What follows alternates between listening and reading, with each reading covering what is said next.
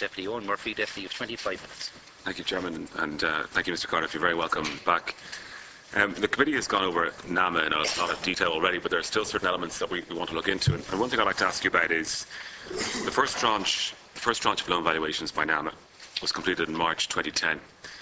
And Governor Honohan has written that it was clear then, extrapolating from this information at the time, that this would be the most costly banking crisis ever recorded. And that's page 76 in the book Lenihan in Calm and Crisis. Was this clear to the department in March 2010 after that first transfer of loans? I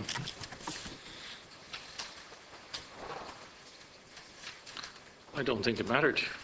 You were dealing with the crisis we had. We weren't going around trying to compare this with someone else's crisis and say which was the most costly and which wasn't.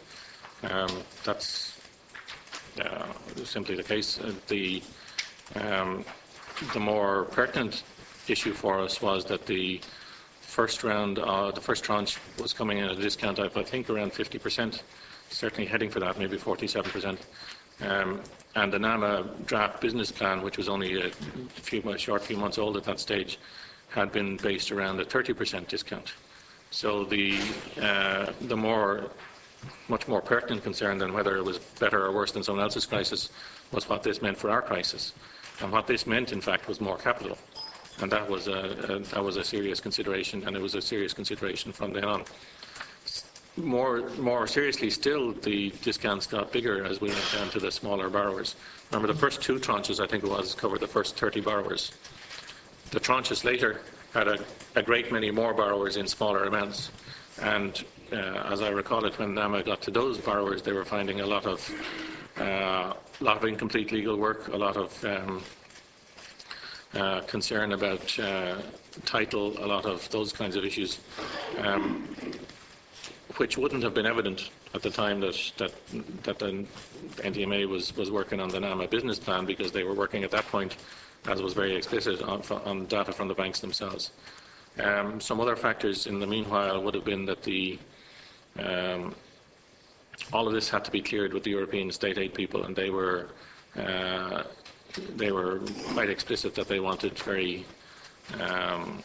very strict adherence both to their guidelines but also to valuation procedures and so forth. So there was a serious issue, but the issue wasn't whether ours was the best crisis. But I think, Mr. Cardiff, Mr. Honohan's point was this was going to be worse than we'd anticipated. It's the point that he was making, looking at the first tranche passing over. But just to follow on then from that, in May 2010, the IMF mission chief to Ireland phoned the governor to discuss the possibility of Ireland applying for one of the IMF's new precautionary programs, just in case. Was this a suggestion put to you at the time? In May 2010? Yeah. I don't recall it being put to me at the time,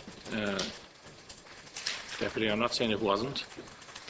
Just to be clear, the idea of an AMA program or of an IMF program, well, imagine the guarantee and the associated responses in 2008 or 2009 had gone badly wrong. Well, at that point, we might have looked for we might have had to look for some external support. It certainly wasn't a plan. It was nobody's intention.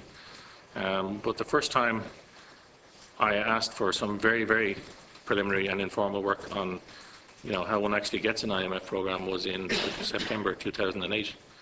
And at that point, I was thinking, there was no work done on it. I just asked a colleague to make a discreet inquiry as to how you get into these things if you do need them, just as a precaution, because things were very bad from then. Then in 2009, I believe there were hints in Washington, possibly also in Dublin, that IMF would be available if we wanted them. At that point, the minister gave a pretty firm instruction to me and to others that we were not engaging with that suggestion. But in part because, remember, a bank crisis means you have to fill gaps in liquidity. And gaps in bank liquidity are enormous.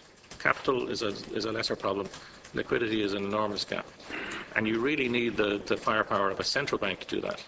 Now, in 2009 and into 2010, we had no problem getting funds for the government, which is what the IMF provides.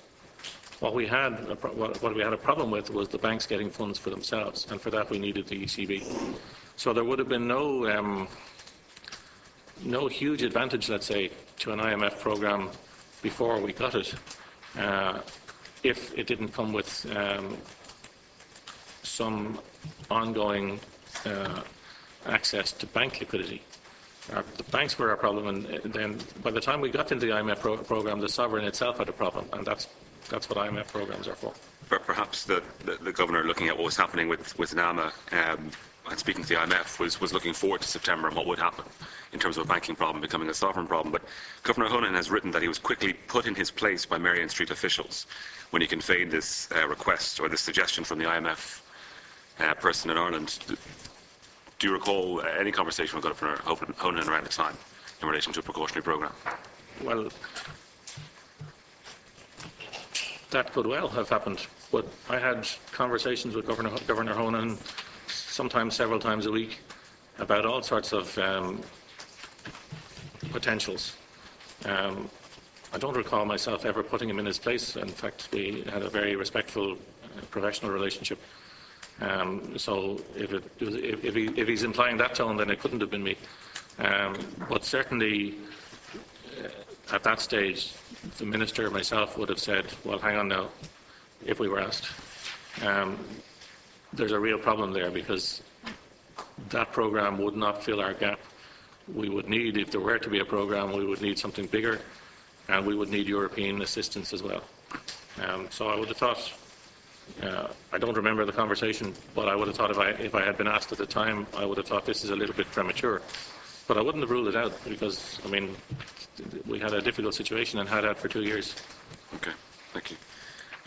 Moving forward then to the end of July 2010, and the dependency of the Irish banking system on emergency liquidity assistance is increasing. Anglo's approaching, I think, 15 billion, and the guarantee is due to expire in September. And again, Governor Honan has written how he made sure the ECB was fully aware of how this situation, the dependency on ELA, was shaping up and the consequences for the sovereign.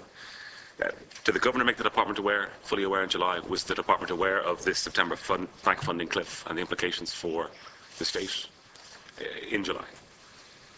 Oh yeah, as I just said, myself and the governor, other colleagues were talking to each other all the time, of course, and the minister was fully aware as well. This was no great secret, Deputy. In fact, we had been working very hard with the European Commission to ensure that the guarantee, on which many of the deposits still relied, was renewed at the end of September, so as to help with that. In fact, they only finally conveyed approval, I think, excuse me if I have the date a day or two wrong, but I believe it was around the 21st, 22nd of September 2010, when the guarantee was due to expire 10 days later, or only around a week later. That was a problem. You write about there being a quite lengthy delay in receiving the Commission approval for this limited extension of the bank guarantee system, which may have exacerbated the situation. So what was happening in August that led to this delay, and how did it exacerbate it? Not just August, July and August, I think maybe even June. We were in discussion with the Commission over a lengthy period. I don't recall the details of their objections. Deputy, if you wanted, I could probably find out. But remember, they didn't like the guarantee. It was a problem for them. It was a state aid that was going on for a long period. In all sorts of philosophical and principal ways, this was not a thing they wanted. And on the other hand, they knew that the Irish financial stability was relying on it. So eventually they, after a lot of toing and froing, negotiating, went back and forth, they conceded an extension. As I say, I can't remember the details of their objections, but I'm sure they're available to you in documents. Did the delay make the situation for Ireland worse as we approach the end of September? It would probably be difficult to quantify it, but yes, it must have, because remember, people, if you had a 1 month deposit with an Irish bank, at the beginning of September 2010, that 1 month deposit was no longer guaranteed for the full term. If you had a 3 month, then it was going to be unguaranteed for 2 months. So I can't see how it would not have had some impact. In that sense, I think, yes, it must have exacerbated the situation. But I don't see how you could quantify it at this stage. But just to clarify, it wasn't due to a lack of action on our side. Well, I think we were actively engaging with the Commission for at least 2 and probably 3 months beforehand. There was no. This was seen coming from a long way. And you'll notice, for example, I think when the ELG guarantee expired finally, the department did a report. I have it if you want it at the break, I can give it to you. And that report outlines the regular reviews of the guarantee schemes over the whole period. So every 3 or 6 months there was a review. So at the very moment that one review finished, you would be talking to them about the next review. Okay. I want to move forward then to mid-October 2010, if I may. Minister Lenihan went to the IMF annual conference in the US with his advisor, Alan Ahern. Did you attend that conference? No. On the flight, the Minister and his advisor discussed the pros and cons of a possible Euro exit. Did you ever have those conversations with the Minister?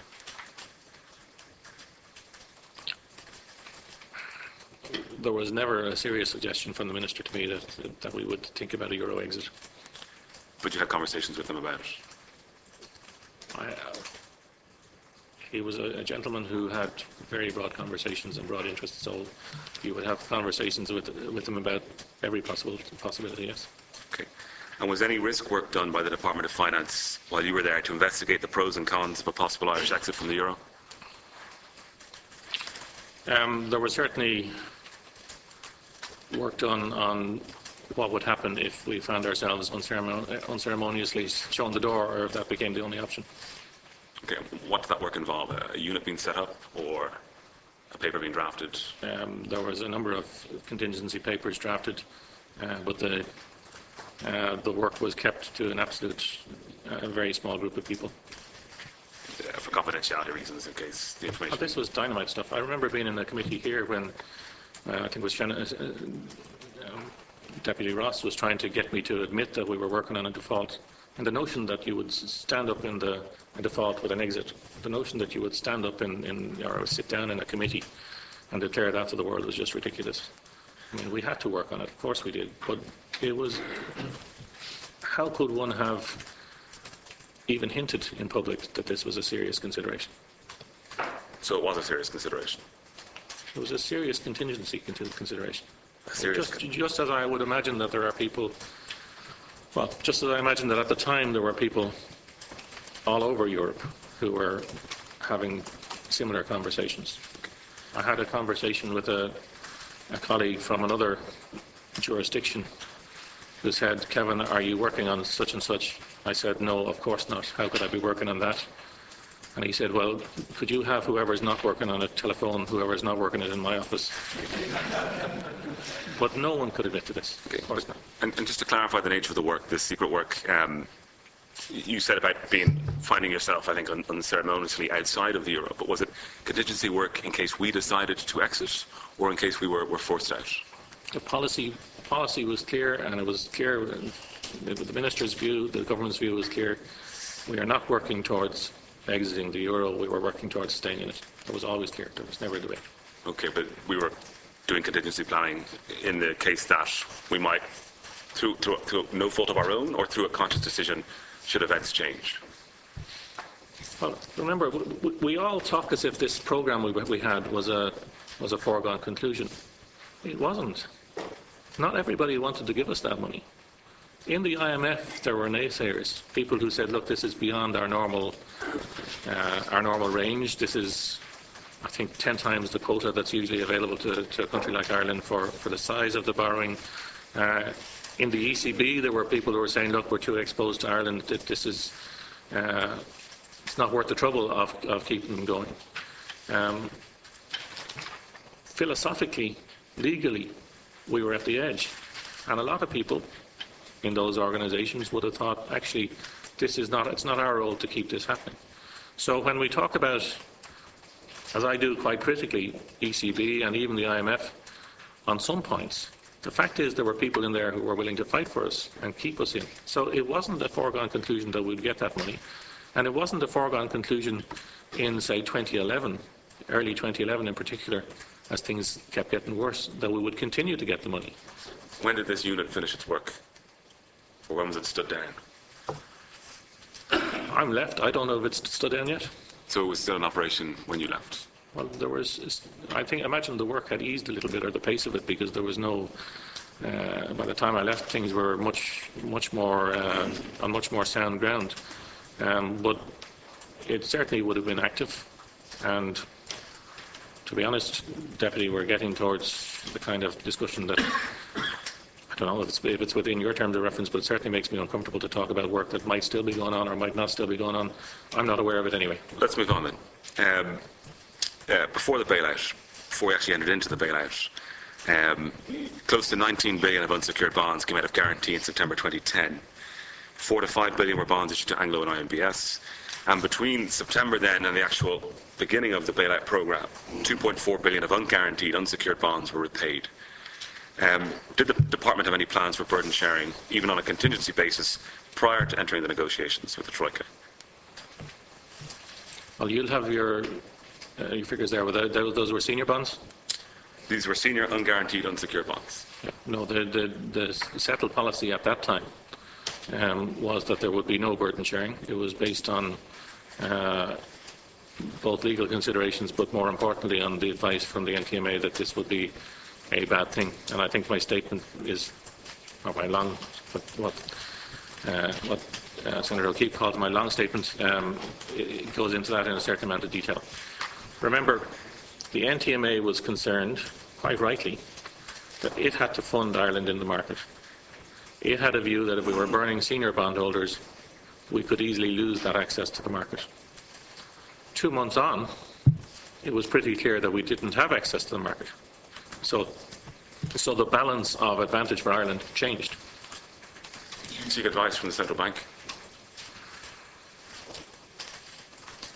Excuse me. I don't recall a formal advice, but I think we were all at one. And if you will see also in my long statement, there's a reference to a document, and the document is a statement made by Matthew Elderfield at around that time, which sort of sets out the central bank view of it. And that view is very similar to the one I've just explained. Are you aware that for a time the central bank was contemplating recommending to the department that there be a bail-in of Anglo and IMBS bondholders at the end of August, beginning of September? Well, I think if you remember, Deputy, you're asking me these questions and throwing dates at me. At various times we had this discussion. Even in September, I think in my notes I have a conversation in which the NTMA said, no, we can't do it now. Settled policy then? Oh, it was settled policy. But you were still discussing the possibility? Of course. You talk about what your next step is going to be at any stage, Deputy. So it was settled policy. But the situation was changing. And the NTMA was sort of saying, well, look, we can't. Ireland can't burn bondholders. But it might suit us if you were forced us to, because then you wouldn't have any negative impact on the group of bondholders that were also financing the Irish government. They wouldn't be upset or offended, or they wouldn't pull their funding, he would have thought, if at the same time there was a European diktat in some legal form that said we must. So I think in September, certainly by September and into October, the balance of advantage was changing, and people were talking about, or were thinking about and talking about where we would go if things changed. But the policy was and continued to be that we were not burning senior bondholders through October and into November. You've given us a huge amount of information about the process leading up to the the negotiations of the Troika and the formal negotiations and the conclusion. But I just want to look at the relationship maybe between the Irish government and the Troika partners, and in particular the ECB. I want to look at some of the language you use in relation to the ECB at various parts of your long statement. You talk about the fiction that the ECB was present in negotiations only to deal with banking matters. an increasingly hectoring tone on the part of the ECB. This is in October after the Deauville Declaration. Then moving into November, increasingly strident rhetoric from the ECB's panicky state of mind. The November Trichet letter to Lenin was a very direct warning and threat. It's easy to attribute a bullying attitude in retrospect. On recapitalising the banking system, the ECB had a different agenda. On the proposed interest rate, ECB showed a little less solidarity. On burden sharing, you talk about the fallacy that the ECB was simply giving advice. So what was the relationship with the ECB like? And do you blame the ECB for the fact that we had to enter a bailout? And do you blame them for those terms that were not favourable to Ireland in that final agreement? No. Look, this is a negotiation. All parties have something they want out of it. So, yeah, I mean, you've read out a lot of comments I made there, and they're honest, and I mean every one of them. But almost every single time I made a comment, there is a counter comment in the next paragraph, almost always, which you haven't read out. Remember, think of us in Anglo, or not think Anglo, just take Ireland and a bust bank, and just reverse the situation somewhat. We had all the same problems with the bust banks as the ECB would probably say they had with us. And the bust banks might say that we were increasingly hectoring in our tone and so forth. This was a negotiation. The people who I was dealing with were very tough at times, definitely hectoring. Sometimes they changed their minds and it didn't suit. Other times they seemed to make a promise and didn't seem to be kept. But they were doing their job to negotiate. So, I mean, if you were to go into any negotiation that's a tough negotiation with a lot of different agendas and found that no one was being tough, then there was something wrong with the negotiation, frankly. I don't think they were doing anything other than what they saw as their job. And remember, as I make abundantly plain more than once in my statement, they were giving us a huge amount of support. The slight irony in it was that they were doing so with a public reluctance, which actually made the level of support that was required, I think, slightly bigger. So if the ECB had said, November 2010, just after we had agreed to go in the bailout, if they had said in a very public way, OK, so long as the Irish are sticking to the programme, we are supporting them come what may. They would probably actually have had to give us less support than actually arose, because in the event they sort of said it's a good thing that they're joining the programme, but no big supportive statement. The big supportive statement only came in March, after a lot of effort. And, you know, the ECB will tell you legally they couldn't make those kind of statements. I don't know if that's true. I suspect it's not. Or they might tell you that, you know, it wasn't appropriate because we haven't done all that they wanted us to do, those kinds of things. Or they might have just been holding their fire in order to make us concede a bit more than we wanted to on the various issues between us. But that's life, that's negotiation, that's discussion. They had their agenda, we had ours. And in terms we fought hard too, incidentally, not just them. In terms of that agenda, and the agenda, Mr. Trichet spoke about a global consensus against burden sharing. Was Minister Lenihan part of that global consensus in November 2010? There was no global consensus. If global means everybody, no. What he may mean, well, I explain in my statement. When the IMF programme discussions started and the EU programme discussions started in 21st thereabouts of November 2010, even a day or two before, in truth. The IMF was not just saying, as I say in my statement, that they were in favour of, but I've looked over my notes since, and in some ways they were saying we might even make it a requirement. This might be something that we would think is essential, this burden sharing with senior bondholders, to be clear. The other partners were clearly not so anxious to do so, and while we genuinely tried because we needed this program to hold together, we genuinely tried not to force differences between the parties. We did explore a little bit more with the IMF than with anybody else about this. They said, look, we've talked to Dominique Strauss-Kahn, their managing director. He thinks that he can get the other parties, the big European and American governments, over the line. He thinks he can persuade them that this is a good thing to do. Myself and the minister in discussion didn't think that we could, so if Strauss-Kahn could do it, that would be wonderful. So the plan was that Strauss-Kahn would speak to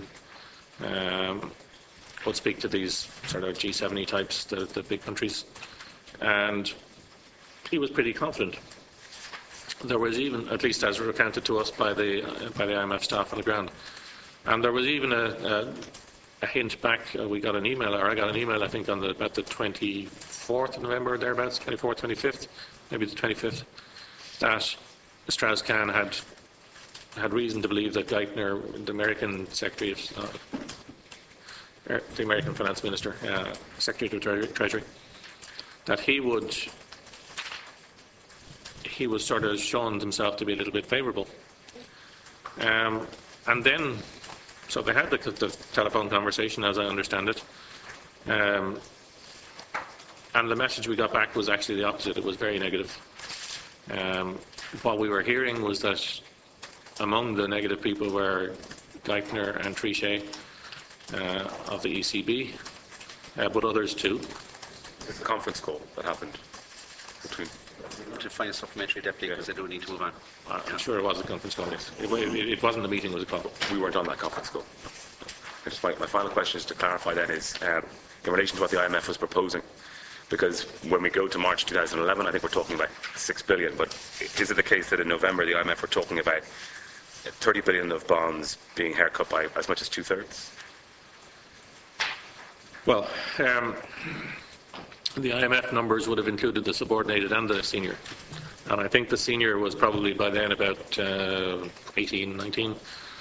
Those that were already guaranteed wouldn't have been included in the numbers. Those that were secured on loans and so forth probably wouldn't have been included in the numbers because they had other protections. So I recall the number of about 19 been in the mix. But the numbers moved around a little bit depending on exactly how you wanted to define them. But that didn't come to pass, obviously, following that phone call. Well, it came to pass in regard to some of that 30, in regard to the subordinated debt, but not in regard to the senior. The subordinated debt on a voluntary basis. Okay. The legal strategy, Deputy, was that you would do it on a voluntary basis, but there wouldn't be much choice. Thank you.